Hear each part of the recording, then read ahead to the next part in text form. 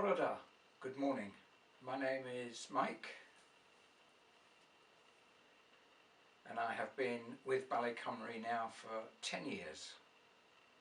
The reason I'm here today is to talk to you about my hobby whilst in isolation. We've got some very strange times going on at the moment and we're all in isolation, we're all at home, we're all trying to find things to do. Now I'm lucky, I've got several hobbies. I have movies. I'm a great movie buff. I love films. I've got a collection of DVDs. I watch Netflix, I watch Amazon, and so I've got that.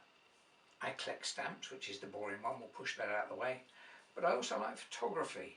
Now, I'm very fortunate where I live. I've got very large grounds and lots of wildlife, lots of flowers.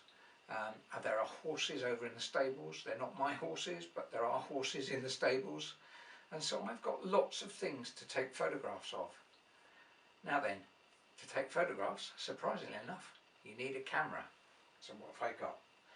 I've got my Nikon 5300, which is the standard camera body. I then have a range of lenses, from a close-up lens, which is good for taking things like flowers and insects, the really close-up work. That's a good lens.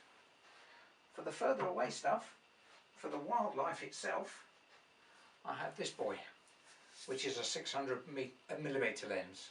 Now, with this you can take anything up to about 150 feet. So that is somewhere in the region of 50 meters.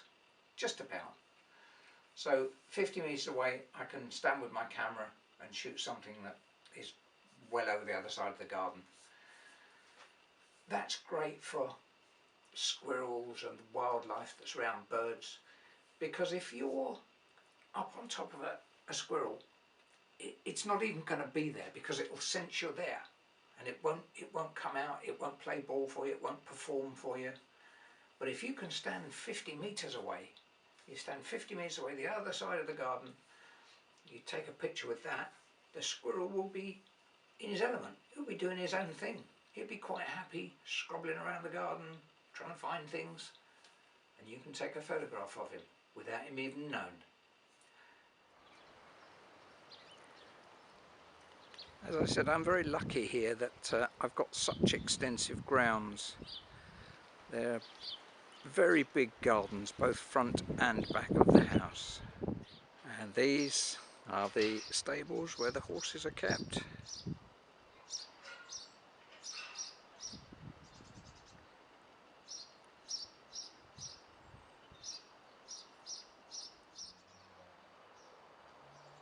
And this is the front garden, quite wild as you see, pretty good for the birds, plenty of flowers to take photographs of.